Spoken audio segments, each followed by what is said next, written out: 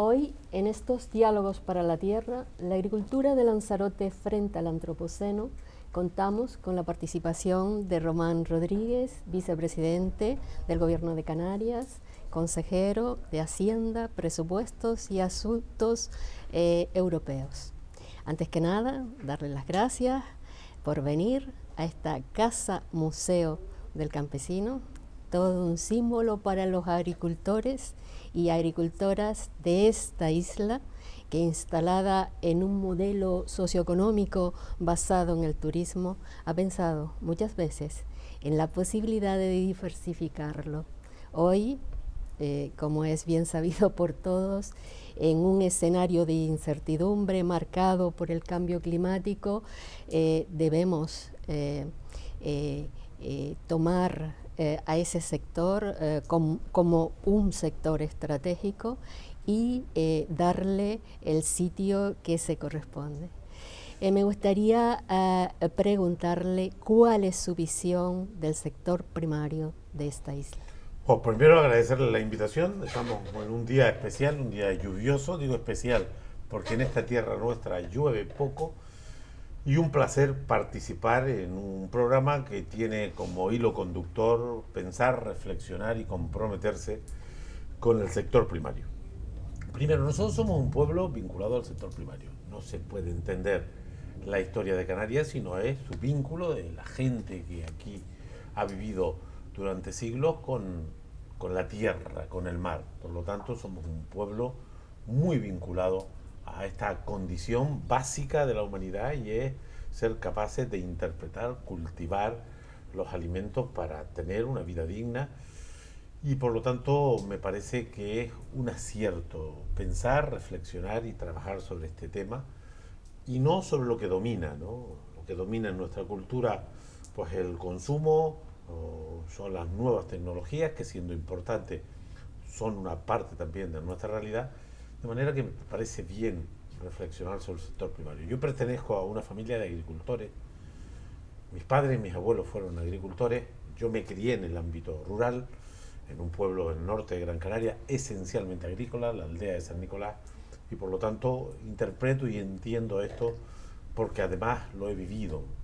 Pero sé de su importancia. Ningún pueblo del mundo puede prescindir del sector primario. Y nosotros que estamos en unas latitudes aquí en el medio Atlántico, cerquita del continente africano, perteneciendo a la comunidad política y cultural española y europea, necesitamos del sector primario. Necesitamos del sector primario primero porque ahí están nuestras raíces, porque está nuestra cultura, porque ahí está nuestra historia.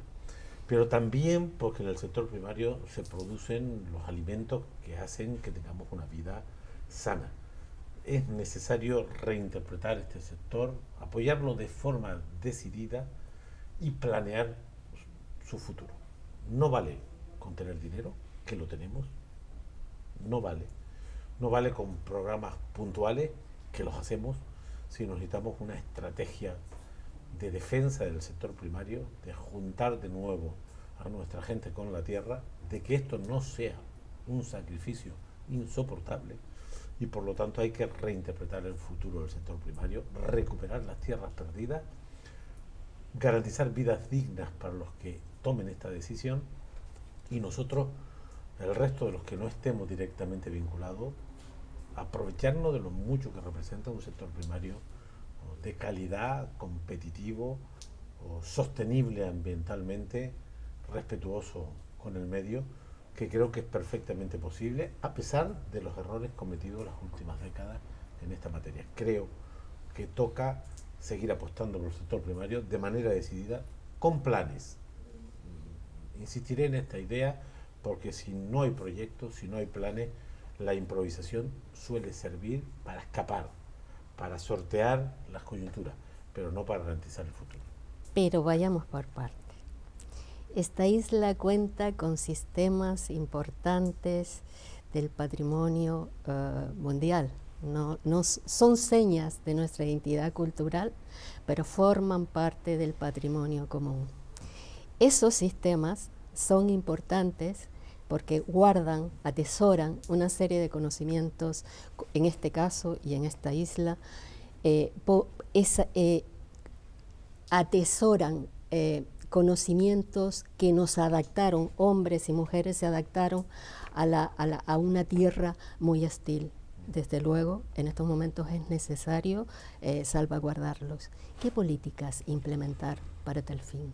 Primero, reconocer que esto forma parte de nuestro patrimonio y que los seres humanos que aquí habitaron durante siglos fueron capaces, a pesar de las adversidades climáticas, de extraer de la tierra lo mejor.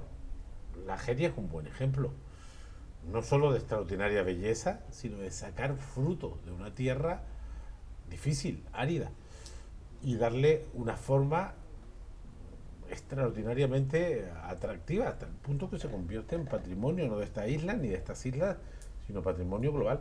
O la comarca del Jable, que parece difícil ser capaz en ese espacio de producir, por ejemplo, la batata, que no hemos logrado que tenga el peso que le corresponde, pero que es un fruto de la tierra extraordinariamente rico y que se hace en esa comarca del Jable. Por lo tanto, reconocer lo que tenemos, ponerlo en valor, volver a apreciarlo, porque en ocasiones no miramos a nuestro alrededor.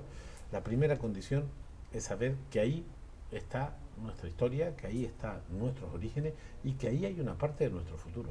Sin sector primario, pues nuestro nivel de dependencia externo es absoluto.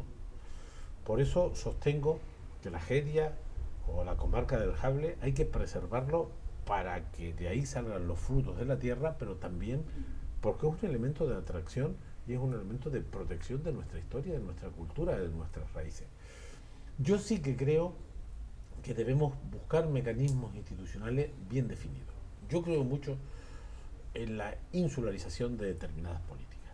Hay políticas que son comunes para el archipiélago, el sistema sanitario, el sistema educativo, los sistemas de protección social, las comunicaciones marítimas, las comunicaciones aéreas, las infraestructuras, digamos, de orden más estratégico, los puertos, los aeropuertos, pero creo que hay muchas políticas que se deben insularizar y una tiene que ser el cuidado de la tierra, el cuidado de nuestras cosas, las que se ven y las que no se ven. Y yo tengo un referente, porque he participado de forma directa en los últimos años, y es Gran Canaria y su cabildo. El cabildo de Gran Canaria tiene claro que el sector primario es historia, presente y futuro. Y hace del sector primario una apuesta, yo digo, decidida, no solo con recursos, sino con estrategia. Tiene claro que los productos de la tierra tienen un enorme valor en su calidad y en el aprecio que hace nuestra gente de los productos de la tierra. Tiene claro que la transformación de esos productos, la gastronomía, es un valor estratégico para los que aquí vivimos, pero también para los que nos visitan. Tiene claro que hemos perdido miles de hectáreas de cultivos y que no será fácil su recuperación, pero es posible su recuperación. Exacto. Ese banco de tierras que tiene el Cabildo de Gran Canaria, sobre el que hay que generar políticas de apoyo para la recuperación de esas tierras perdidas, hay que hacerlo sobre cultivos que tienen que servir para alimentar a los propios, pero también tienen que ser competitivos a nivel externo. Hay algunos cultivos que nos han acompañado durante décadas o siglos. El tomate lleva 150 años. En mi pueblo, mucho tomate. Yo nací entre tomateras. Pero ahora toca a lo mejor repensar ese tema porque el mundo cambió, porque hay otros productores, hay terceros países que compiten en condiciones más ventajosas porque en sus lugares de origen los controles fitosanitarios no son los mismos, ni las condiciones laborales son las mismas, y por lo tanto toca rescatar tierra. Me consta que el Cabildo de Gran Canaria, con la colaboración del gobierno, está en una estrategia de recuperación de tierras abandonadas para hacer cultivos que hoy son altamente demandados y que somos capaces de producir con calidad. Le hace la papaya, que es un cultivo muy importante, de alto consumo, un producto de mucha calidad, o la manga, que somos capaces de producirla también con mucha calidad, o el aguacate, que se incorpora también como un cultivo muy demandado, sobre el que hay que tener controles también por su alta capacidad de consumo de agua, ¿no? Pero la recuperación de las tierras abandonadas, el poner en valor las producciones actuales ponerse del lado de los agricultores y de los ganaderos, frente a los intermediarios, frente a los comercializadores, y tratar de juntar a los productores con los consumidores. Y esa brecha que hay entre quien produce y quien consume, la tenemos que transparentar, la tenemos que simplificar. Hay que buscar mecanismos para quien produce y trabaja la tierra tenga la mayor conexión posible con quienes consumimos esos productos, y eso significa que intermediación, comercialización, tiene que simplificarse. Y ahí las instituciones pueden hacer un gran papel, me consta. En esa isla, porque la sigo, porque la dirigimos nosotros, que hacemos un gran esfuerzo para que los productores y los consumidores se vean las caras, ¿no? Y que los que están en medio, que tienen derecho a estar en medio, lo hagan con condiciones transparentes y claras. ¿En ese modelo la agroecología juega un papel clave? Sin duda. Primero, esta va a ser una imposición global, es decir, hace 20 años hablar de sostenibilidad, hablar de uso responsable de los pesticidas, era casi anecdótico. Ahora es una exigencia.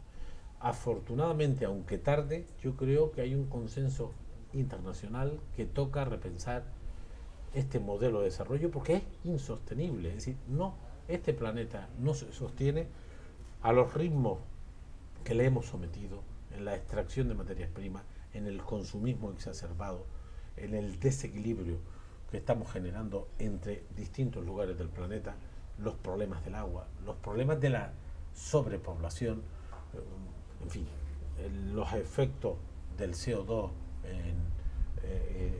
en el calentamiento, en fin, todo esto forma parte ahora de las grandes reuniones internacionales. Ya no puede haber, Naciones Unidas no hace nada que no tenga que ver con este tema. Ya los estados o los espacios como la Unión Europea han incorporado de forma absoluta un compromiso por la sostenibilidad, por el uso de la energía renovable y por lo tanto por el uso responsable, eficiente en la producción animal y agrícola de manera equilibrada, sostenible, ecológica. Y yo creo que eso tiene que impregnarlo todo, y lo tienen que impregnar estos planes que yo digo, ¿no? Porque una cuestión son los grandes enunciados, las grandes políticas, y luego las cuestiones locales. Desde lo local se puede contribuir decididamente a contener esta locura que hemos generado en los últimos 100 años en este planeta que es finito. De acuerdo, totalmente de acuerdo. Usted, como bien ha dicho, es de la aldea de San Nicolás, en Gran Canaria, donde las cooperativas, la cooperación está en el ADN de las agricultoras y de los agricultores. Caso distinto es el de esta isla, donde secularmente el sector no ha estado demasiado unido. ¿Qué políticas? Esto forma parte de la cultura. Habría que transformar esa sociedad. ¿Qué políticas podrían favorecer ese cambio cultural tan necesario? Primero, porque la intervención sobre el sector primario tiene que ser una cuestión común, tiene que ser de la comunidad, para ser eficaces, para lograr transformaciones justas. Y hay que buscar mecanismos para que esa apuesta en común, esa apuesta comunitaria, tenga una traslación a la economía. Y ahí el cooperativismo es la clave. En mi pueblo el cooperativismo tiene mucha historia. Es verdad que los instrumentos jurídicos tienen que ser modernizados. Acabamos de aprobar una ley de cooperativa con esta intención. Facilitar el entendimiento, la confianza entre los productores, porque los productores son más fuertes cuando juntan su fuerza.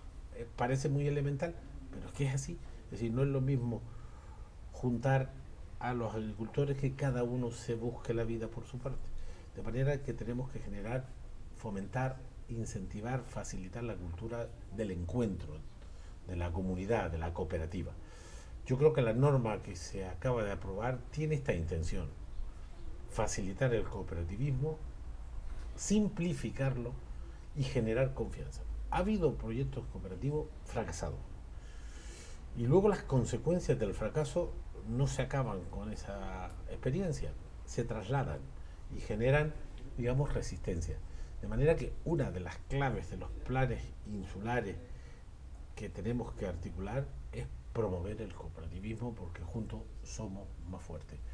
Sabemos que en esta isla la cultura es más individual, porque la historia se ha conformado así, pero lo que no hay ninguna duda es que si juntamos la fuerza de los productores, su capacidad de conseguir resultados, de generar sinergias económicas, de hacerse fuerte frente a los intermediarios, a los comercializadores, de generar las cantidades de productos que hagan competitivo tu sector, porque en ocasiones se nos reclama, no solo, nadie discute la calidad de nuestros productos, nadie la discute.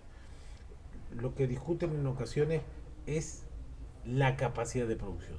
Te dicen sectores, por ejemplo, el sector de la hostelería. Oye, nosotros estaríamos interesados en proveernos de recursos propios, aunque sean un poco más caros, porque tienen que ser más caros, pero necesitamos una capacidad de producción que me garantice los suministros. Yo no puedo estar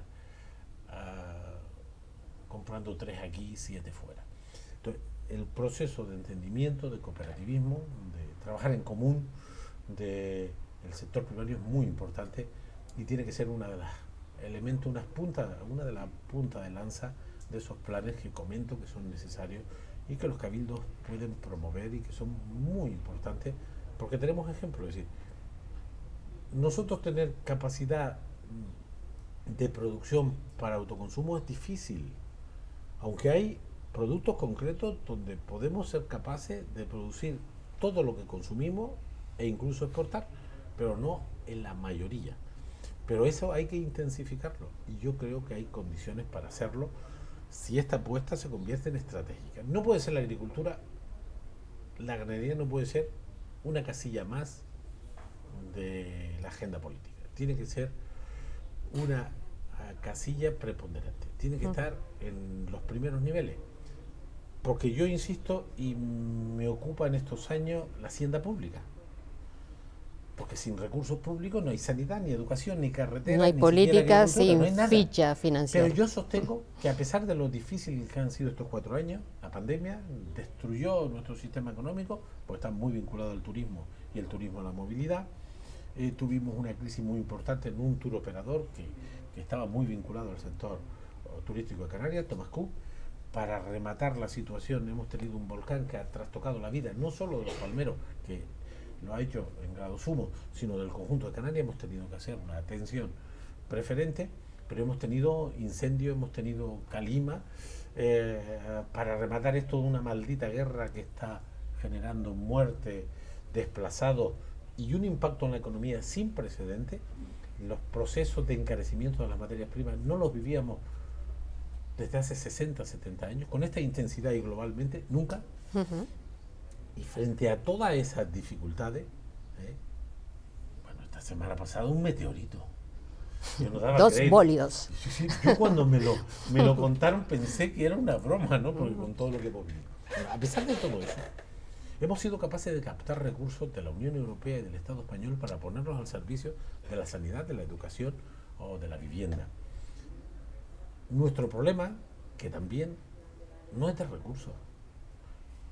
Para que se hagan una idea los que nos vean, en estos 4 años terribles, donde la economía cayó, donde los ingresos fiscales cayeron, porque si no funciona la economía no hay ingresos por impuestos, nosotros podemos consolidar en estos 4 años un gasto de en torno a 40.000 millones de euros. El presupuesto que estamos tramitando ahora para Canarias para el año 23 es de 10.180 millones de euros, un 12% más que este año.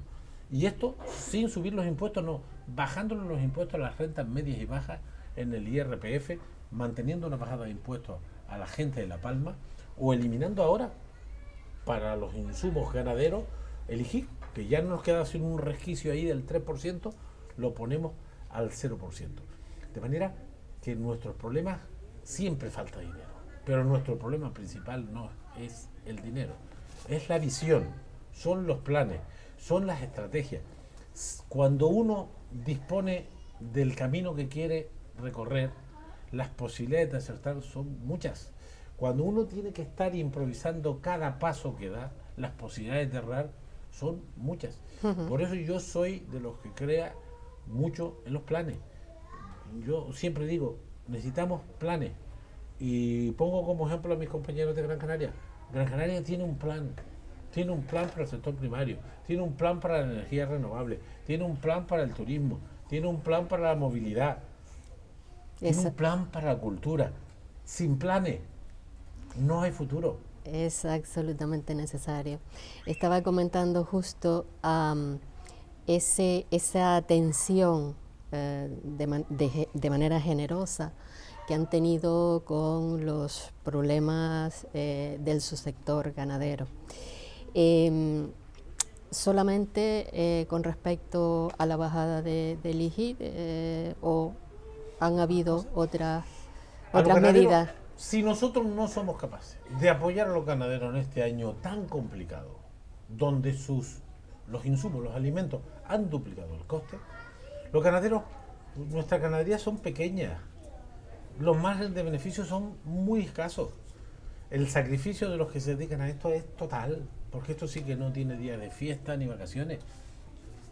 Este año yo me he ocupado personalmente de este asunto porque lo siento, porque lo vivo, porque sé que si no desaparece. Este año vamos a completar con una decisión que tomamos esta misma semana, 25 millones de euros de ayudas directas solo a los ganaderos. Que es, que esto es difícil de calcular, lo que entendemos ha dañado al sector el desmadre este de los precios, ¿no? Estos 7,7 millones que habilitamos esta semana a través de un decreto ley que ahora hay que convalidar, pues completarían una ficha financiera de en torno a 25 millones el año en curso de ayudas directas. Cierto es que nos hemos agarrado a una reglamentación más flexible que la Unión Europea ha puesto en marcha para facilitar las ayudas al sector ganadero, porque están topadas. Tú no puedes dar dinero público a cualquiera, tienes que hacerlo con una serie de reglas. Bueno, la Comisión Europea ha entendido, y creo que bien, que la guerra de Ucrania ha roto todas las previsiones en relación a las materias primas alimentarias para los animales y nos permite ahora dar más ayuda, ¿eh? De forma que este año cerraremos con una ficha financiera, aunque lo que aprobamos esta semana yo calculo que no se cobrará hasta enero, porque hay que tramitarlo, porque eso se tiene que hacer con convocatoria, con transparencia y con garantías, ¿no? Pero serían unos 25 millones. Además de eso, eliminamos el IGI a los insumos ganaderos, a las materias primas, que pasarán a tener IGI cero. Devolvemos a ganaderos, agricultores y transportistas el 100% del impuesto especial del combustible, que no lo hace nadie en España ni en Europa.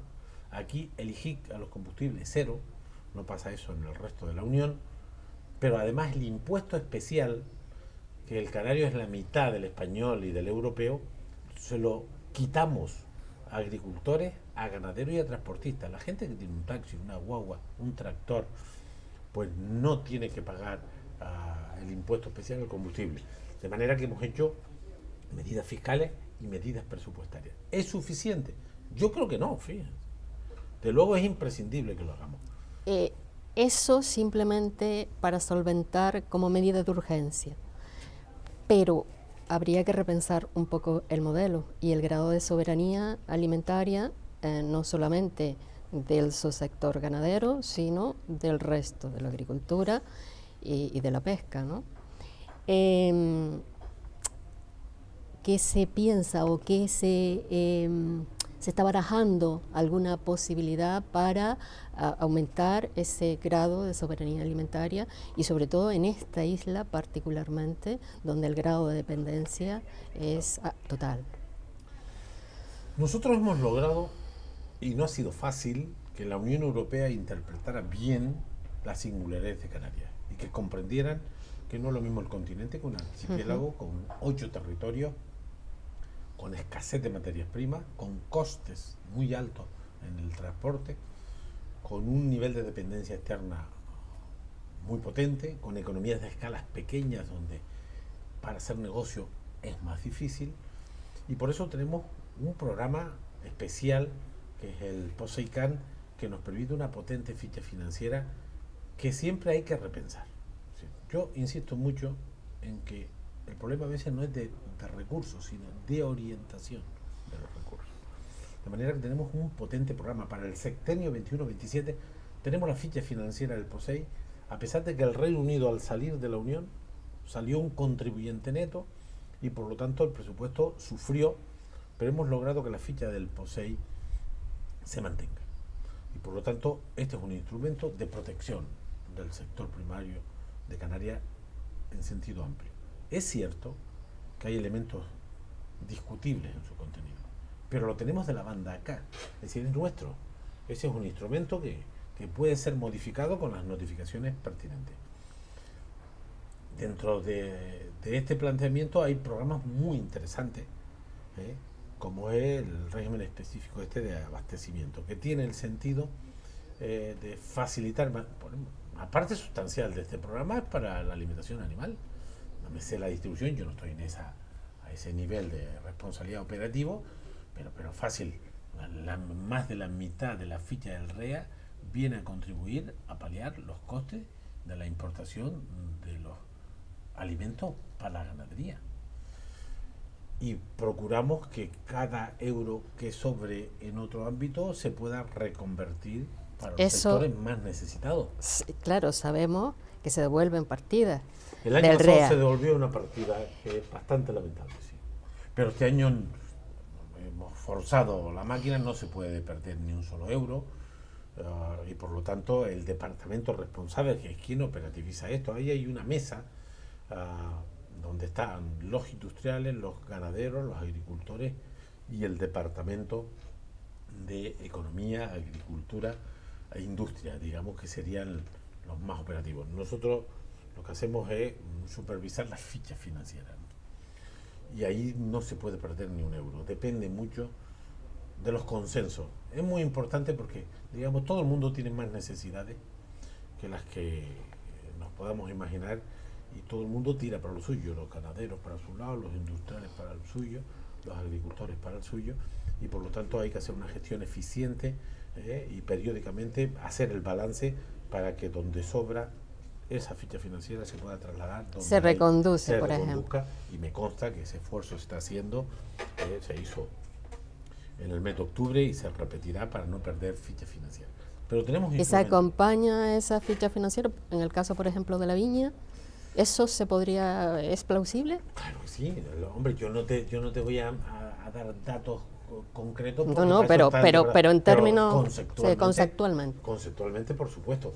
Pero yo añado, el POSEI europeo, con la ficha financiera europea, el POSEI español, porque nosotros peleamos para tener, porque Europa tiene muy regladas las ayudas, es decir, tú no puedes ayudar a todo el mundo, tienes que ayudarlos con reglas y tienes que hacerlo de manera transparente para evitar las competencias desleales y estas cuestiones, ¿no? Pero logramos un POSEI español que financia, además otro logro concretamente de mi fuerza política, de que el POSEI adicional lo financie el gobierno de España. Es verdad que este presupuesto del 23 tiene menos de lo que debiera, porque los que estaban allí no pelearon de forma debida, porque esa es otra. Cuando se está en Bruselas y cuando se está en Madrid, se está para contribuir a lo común, por supuesto, pero para defender a quien tú representas. Y esto no se hace mucho, ¿no? Por eso nadie sabe quiénes son nuestros diputados, diputadas, senadores y senadoras, ¿no? Porque van allí, se diluyen en sus partidos de orden estatal y los únicos que son capaces de interpretar las cosas, y no siempre, son los propios, ¿no? De manera que tenemos, además del POSEI-CAN, del POSEI europeo, tenemos un POSEI español que da su instrumento financiero. Y luego están nuestros esfuerzos. En esta legislatura, y hemos tenido mucho que ver desde Hacienda, mucho que ver, más de lo que la gente se puede imaginar, hemos aumentado el presupuesto del 19 al 23 más de un 70%. Cuando la economía cayó, cuando las cosas iban para atrás, el presupuesto del sector primario en esta legislatura ha aumentado un 70% en presupuesto inicial. Por ejemplo, esos 7,7 millones que habilitábamos esta semana para dirigir las ayudas directas para completar esos 25 millones del año 22, eso no está en el presupuesto inicial.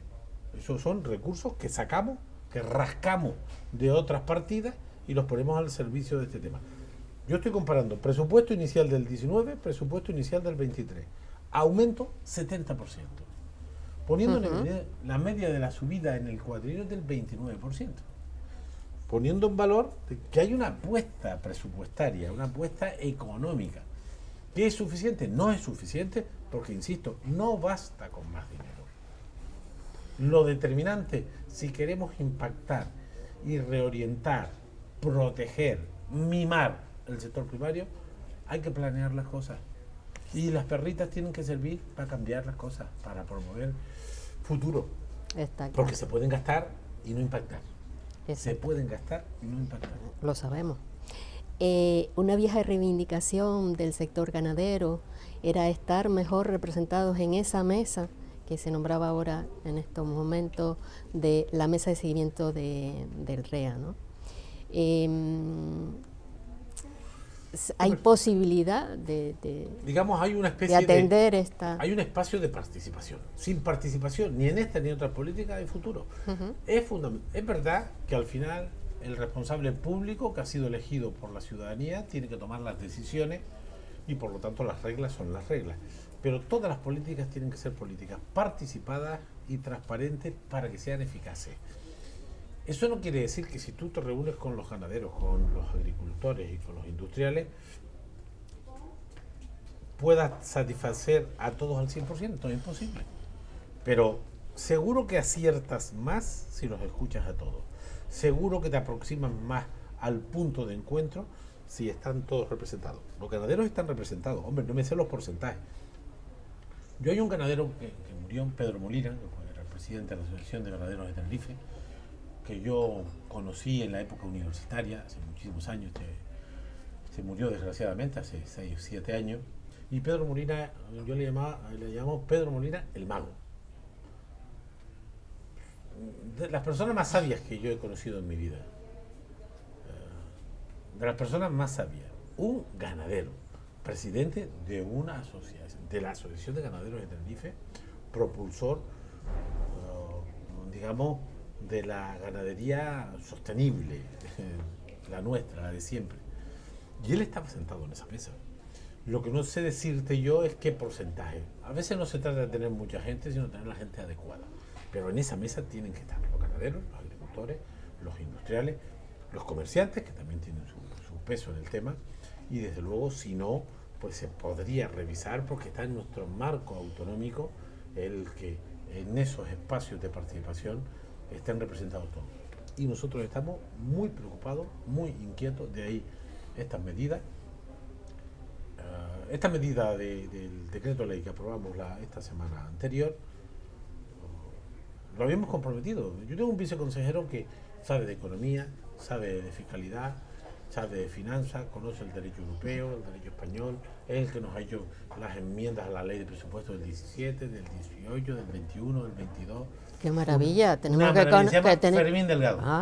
Fermín Delgado. Fermín Delgado es, desde mi punto de vista, sé que habrá gente que no esté de acuerdo, la persona que más, mejor conoce el sector primario de Canarias y que más lo aprecia.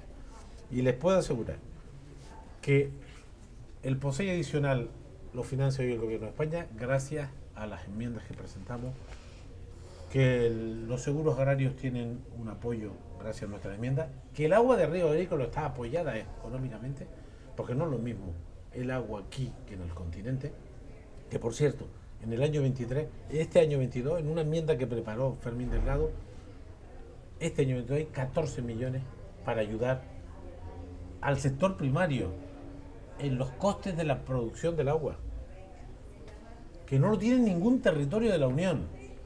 Pero el próximo año, porque no estábamos allí y otros no se ocuparon, solo tendremos 8 millones.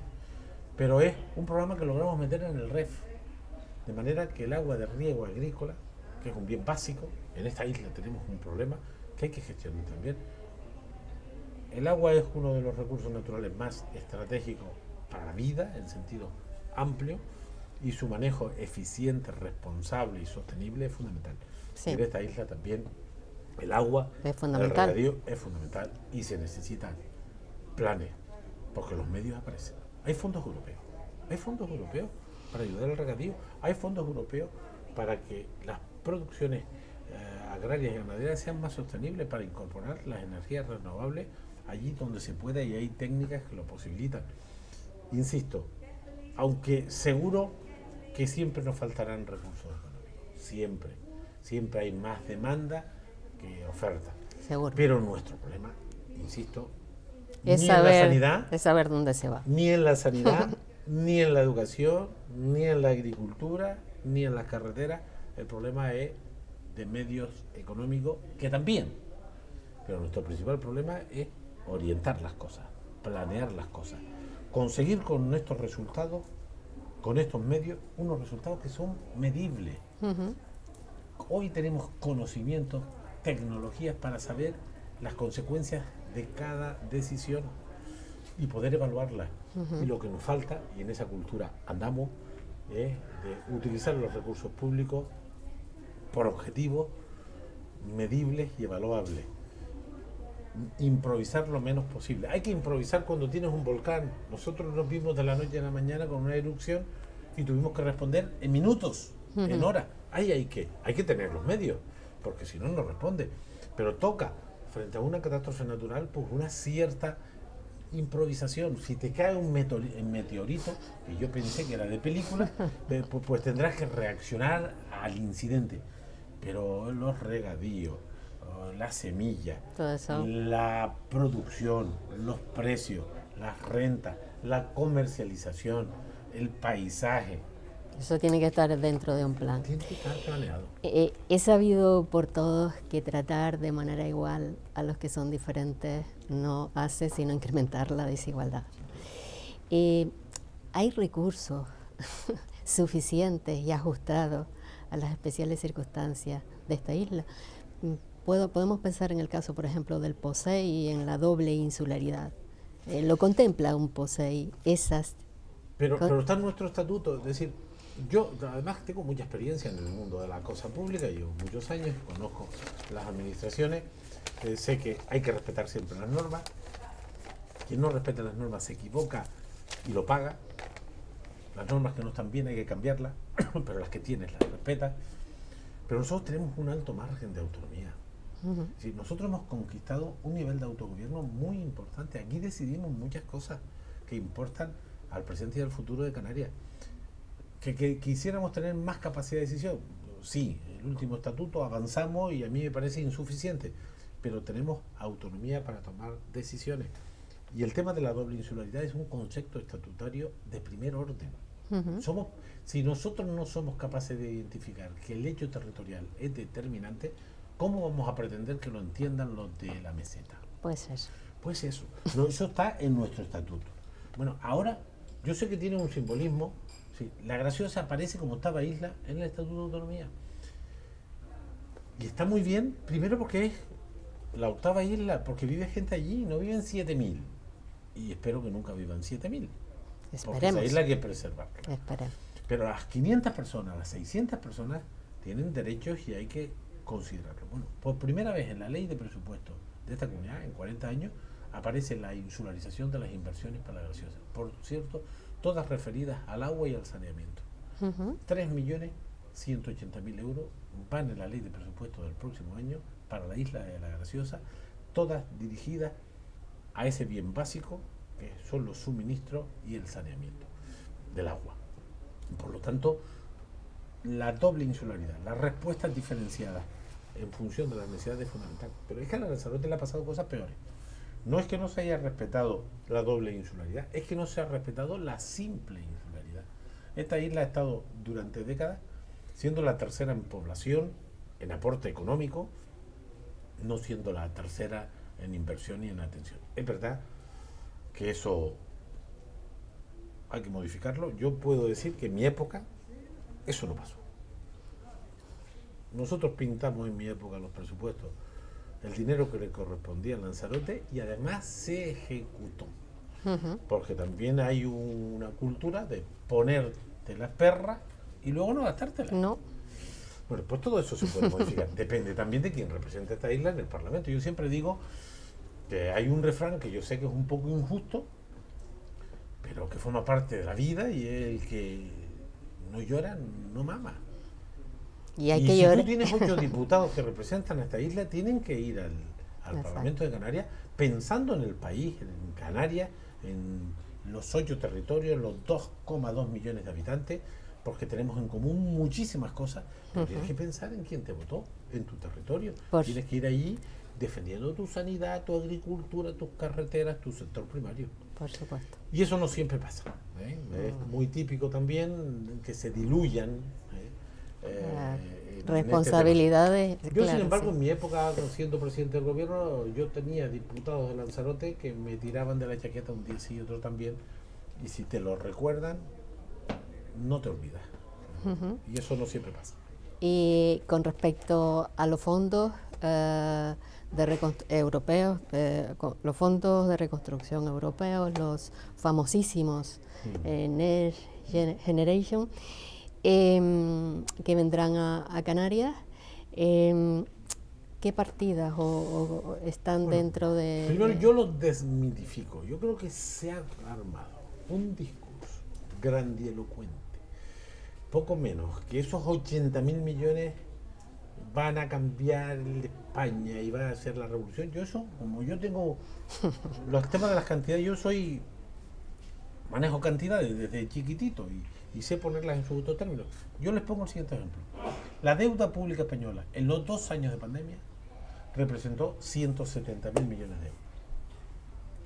Esos 170.000 millones de euros nos sirvieron para pagar los ERTE, que costaron 43.000 millones, para mantener la sanidad y la educación, que han costado 30.000 millones, para 7.000 millones de ayudas directas, por cierto, 200 millones dimos en Lanzarote de ayudas directas a autónomos, pymes y empresas.